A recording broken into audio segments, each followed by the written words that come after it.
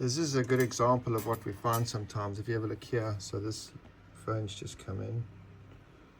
Right. I mean, there's no bracket.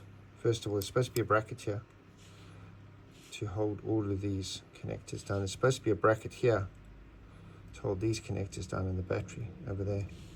But look at this here, and this connects to the camera. It's not even connected.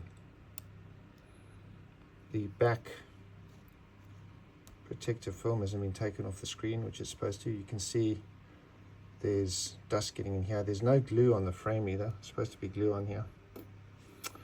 You've also got one of the connectors, sorry, these just like little leaves that press onto the bottom of the screen to make contact with it, to ground the screen. That's quite bent. I'll try and zoom in. You can see it's quite bent. So yeah, part of the screen here is just, this is a microchip